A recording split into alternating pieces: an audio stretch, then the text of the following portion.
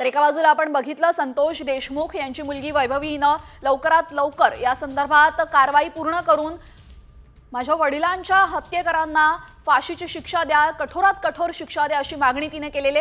तर दुसऱ्या बाजूला आपण पाहतोय, दुसऱ्या बाजूची ही दृश्य आहे पुण्यातली। पुण्यामध्ये संतोष कराड हा सीबीआयला आता शरण गेलेला आहे आणि आता संतोष कराड याला पुढील तपासासाठी कोणत्या वेगळ्या ठिकाणी नेणार का हे पाहणं महत्त्वाचं ठरेल। दरम्यान पुण्यामध्ये या सीडीच्या ऑफिस बाहेर आपण पाहतोय वाल्मिक कराड याचे मोठे समर्थक तिथे जमलेले आहेत आणि वाल्मिक कराड याचे समर्थक सध्या कोणाशीही बातचीत करण्याच्या मनस्थितीमध्ये नाही। आपण बघू शकतो वाल्मिक कराड पोलिसांना शरण गेलेला आताची ही सर्वात मोठी बातमी समोर येते।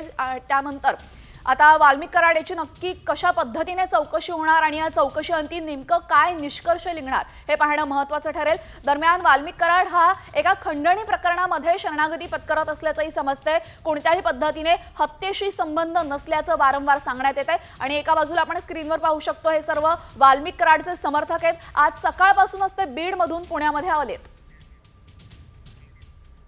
काय काय आमचे दैवत नाही, आजच्या परायचं दैवत आहे ते। तुम्ही बाहेरून आला ना? हो आम्ही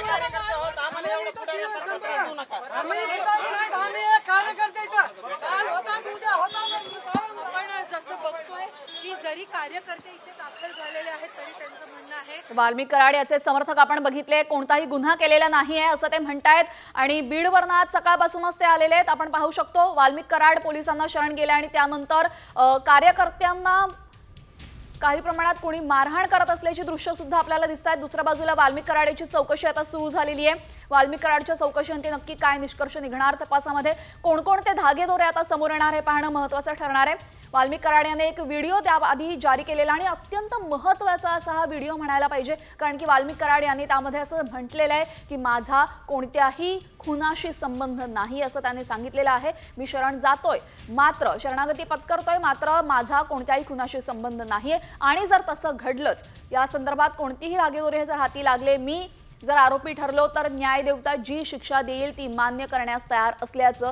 वाल्मिक कराडने म्हटलेलं आहे।